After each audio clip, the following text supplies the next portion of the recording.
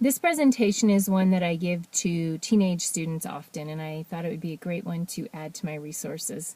Yes, I'm in my car. It starts out with a love story that I'm going to share with you. This love story is called Appointment with Love, and it's written by S.I. Kisher. 6 minutes to 6, said the clock over the information booth in New York's Grand Central Station. The tall young Army officer lifted his sunburned face and narrowed eyes to note the exact time. His heart was pounding with a beat that shocked him. In 6 minutes, he would see the woman who had filled such a special place in his life for the past 13 months, the woman who he had never seen, yet whose written words had sustained him unfailingly. Lieutenant Blandford remembered one day in particular, the worst in the fighting, when his plane had been caught in the midst of a pack of enemy planes.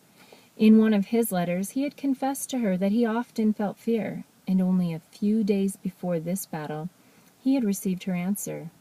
"Of course you feel fear. All brave men do.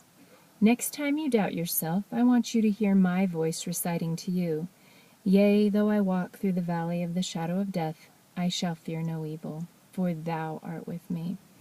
He had remembered, and it had renewed his strength.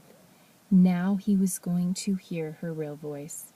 4 minutes to 6. A girl passed close to him, and Lieutenant Blandford started. She was wearing a flower, but it was not the little red rose they had agreed upon. Besides, this girl was only about 18, and Hollis had told him she was 30. His mind went back to that book he had read in the training camp. Throughout the book were notes in a woman's writing. He had never believed a woman could see into a man's heart so tenderly, so understandingly. Her name was on the bookplate, Hollis Minnell. He got a hold of a New York City telephone book and found her address. He had written, she had answered. Next day he had been shipped out, but they had gone on writing. For 13 months she had faithfully replied.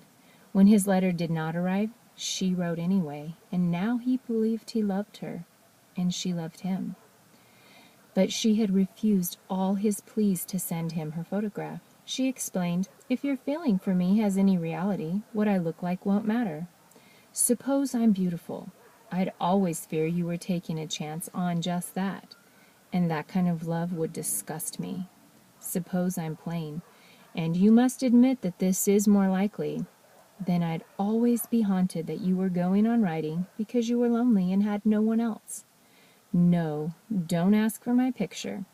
When you come to New York City, you shall see me, you shall meet me, then you shall make your own decision."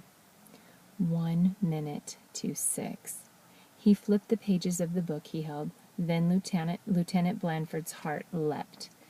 A young woman was coming toward him. Her figure was long and slim. Her blonde hair lay back in curls from her delicate ears. Her eyes were blue as flowers. Her lips and chin had a gentle firmness. In her pale green dress, she was like springtime come alive. He started toward her, forgetting to notice that she was wearing no rose. And as he moved, a small, enticing smile curved her lips. "Going my way, soldier?" she invited. He made one step closer to her. Then he saw Hollis Minnell. She was standing almost directly behind the girl, a woman who looked well past 40, her graying hair tucked under a work hat. She was more than plump. Her thick-ankled feet were thrust into low-heeled shoes, but she wore a red rose on her rumpled coat. The girl in the green dress was walking quickly away.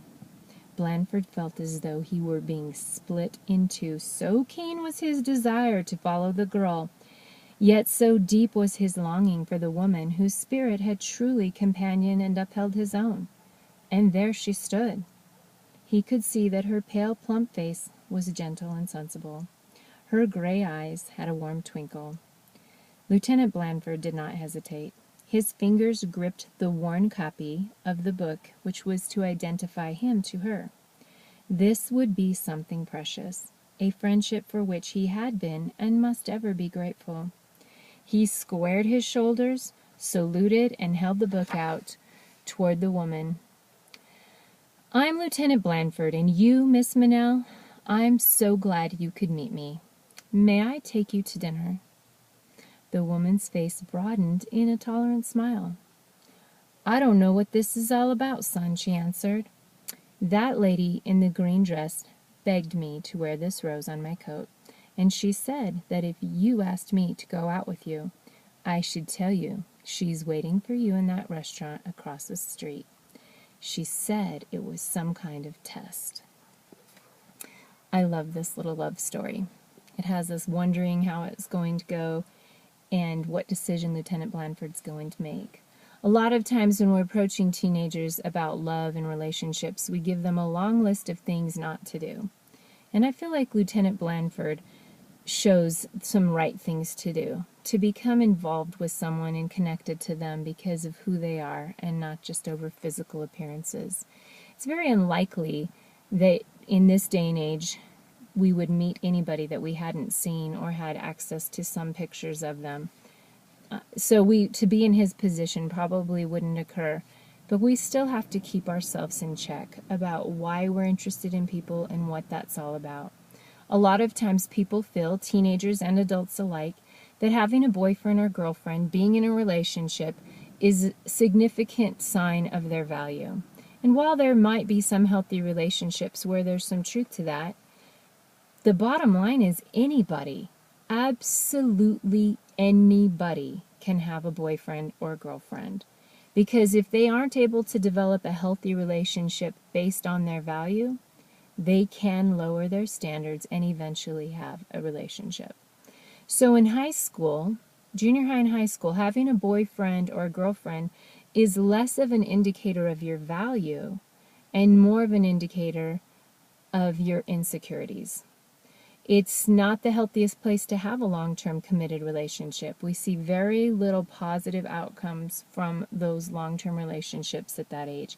It's a great time to get to know people. It's a great time to date, especially the older years of high school, but not so much a great time to be in a committed relationship.